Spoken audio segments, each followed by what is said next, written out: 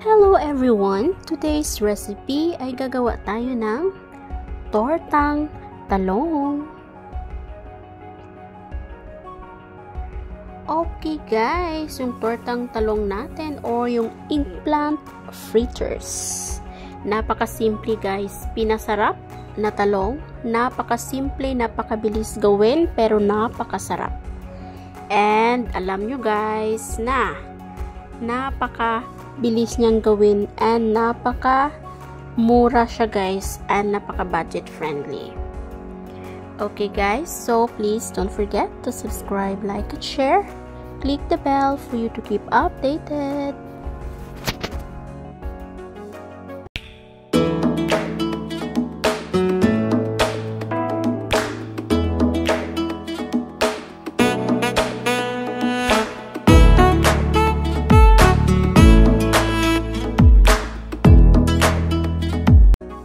Let's get started! Okay guys, simulan na natin yung pagluto ng ating tortang talong.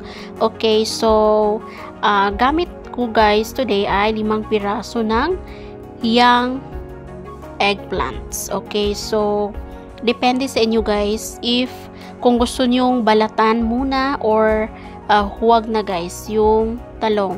So yung akin guys, hindi ko na siya binalatan, gawa ng soft naman siya guys.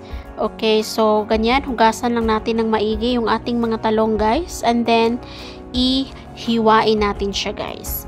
Okay, so ganyan lang kalaki, and ang talong guys, napakabilis naman niyang magiging soft or mabilis siya palambutin guys. So konting boil lang yan guys ay lalambot na ang ating talong. So yung 'di ba guys, pag gumawa tayo ng tortang talong ay pahaba at saka itong gagawin ko guys ay kakaiba.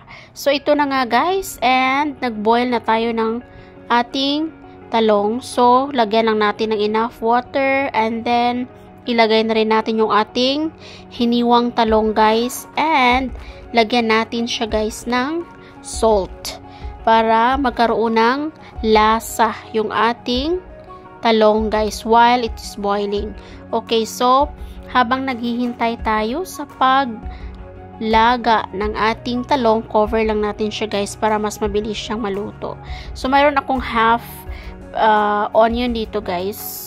Malaki to guys na onion, so kaya kalahati lang yung ginamit ko. Okay, so i-chop lang natin siya guys into small pieces yung ating onion. So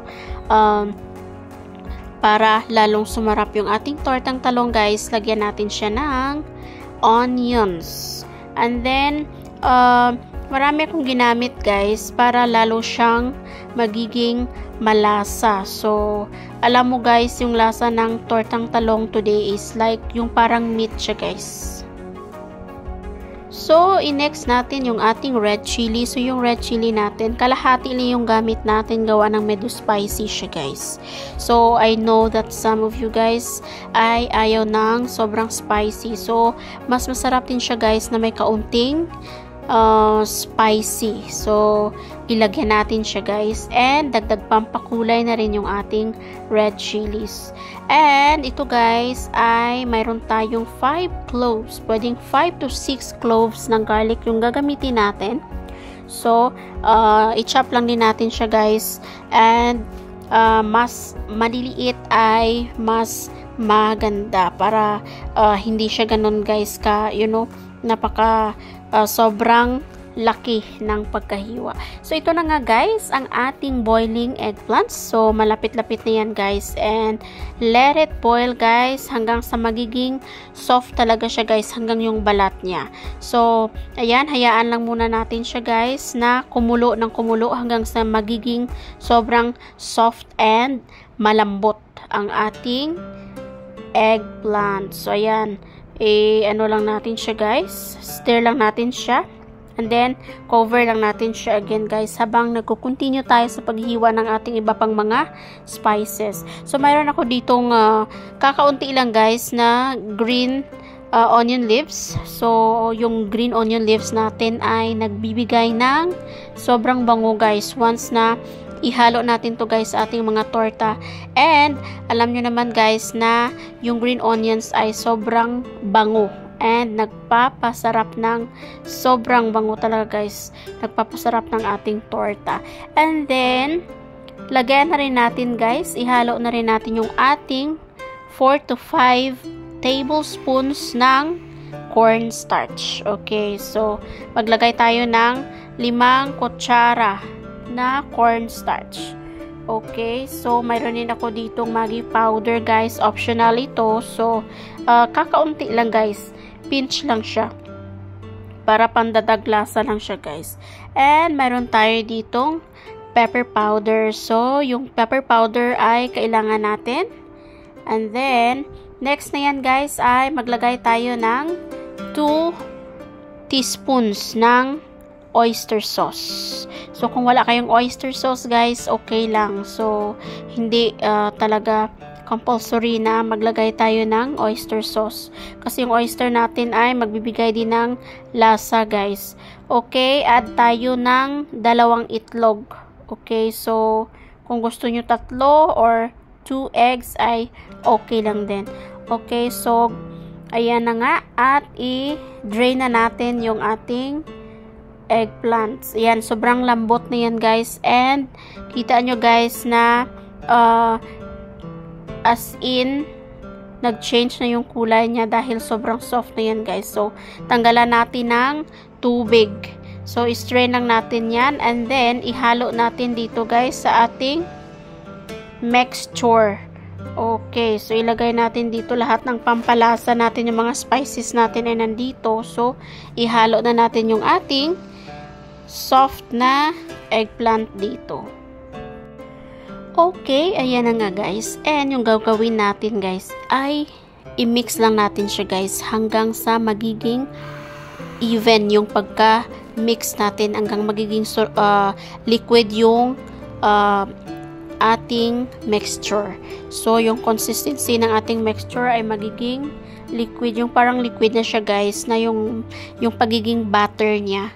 Ayan. So halo lang guys, and i-mix natin ng maigi. And then until na lahat ng ingredients natin ay magiging mix na siya ng maayos guys. So ayan, it will takes time guys para maghalo tayo nito. So okay lang yan guys. And kita niyo yan guys na pati yung balat ng ating eggplants ay malambot. So it's up to you guys. Minsan kung nagmamadali kasi yung skin ng ating eggplants ay medyo matigas-tigas. So kung gusto nyo guys ay tanggalan nyo muna siya, balatan nyo muna siya guys bago nyo hiwain, and then bago nyo i-boil. Sobrang bilis guys. So ito na nga guys yung ating mixture. So after nito guys, tikman nyo kung tama yung lasa, and then kung mayroon kayong gustong idagdag yung salt nyo, if it's not enough ay pwede kayong mag-add ng salt according sa mga taste ninyo guys. So ayan na nga guys, at deep fry lang natin ito. Sobrang bilis ang pag-fry natin dito guys. Make sure na mainit yung ating pan bago natin ilagay yung ating oil, and then kung mayroon kayong mga non-stick na pan dyan guys, mas maigi para hindi didikit yung ating pinipritong talong guys. So ayan na nga, at nag-fry na tayo, nag-start na tayo ng frying ng ating eggplants. Okay, so i-fry lang natin ng mga ilang minuto hanggang sa magiging crispy siya guys. Mas masarap siya guys kainin na crispy and golden brown. So ayan, so hintayin lang natin ng mga ilang minuto, and then yung ating apoy ay wag natin sobrang lakas, yung tama lang guys para hindi agad masunog yung ating piniprito. So ayan na nga, and hintayin natin.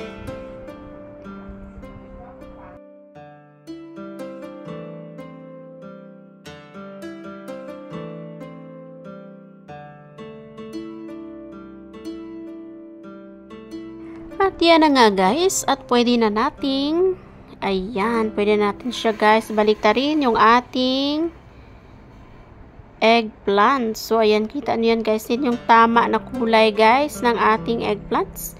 And then once na pagka-slice nyo ay medyo ano na siya guys, matigas-tigas and crispy na yan guys, ay pwede na natin siyang tanggalin. So, napakasarap nito guys, and alam nyo naman guys na yung ating gamit to the eggplant, and then naglagay tayo ng mga spices and yung mga natural spice lang guys, and napaka-healthy and sobrang sarap. So, sarap na sarap yung mga kids nyo dito guys. Yung mga hindi kumakain ng gulay ay talagang kakain sila guys. Dahil yung lasa nito guys is like you are eating meat. Sobrang sarap na parang yung ating torta ay hindi mo malalasahan na eggplant pala siya guys. So, ayan, and kuhanin na natin siya guys, and i-drain lang natin siya guys para matanggal yung mga oil guys na sobra. So, yung mga excess oil dyan guys, need natin ng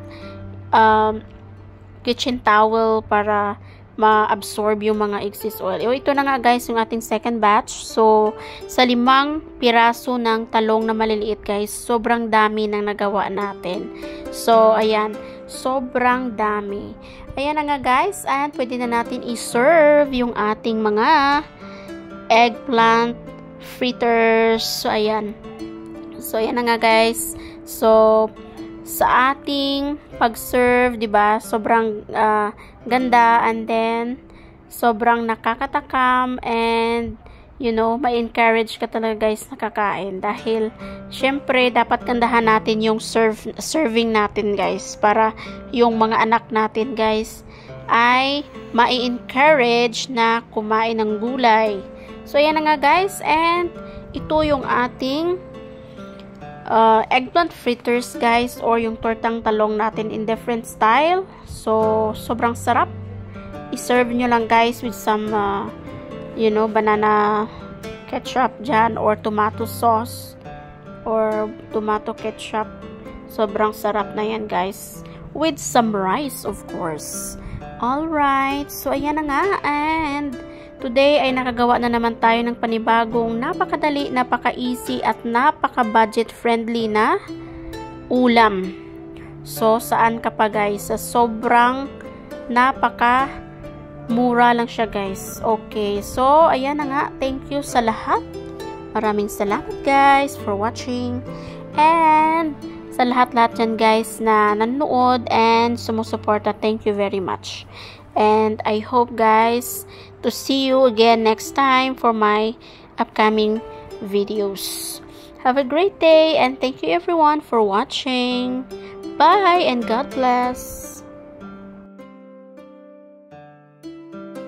And sa mga hindi pa dyan nakasubscribe, like and share, pakiclick the bell guys for you to keep updated sa mga susunod pa nating mga videos. Thank you for watching. Bye!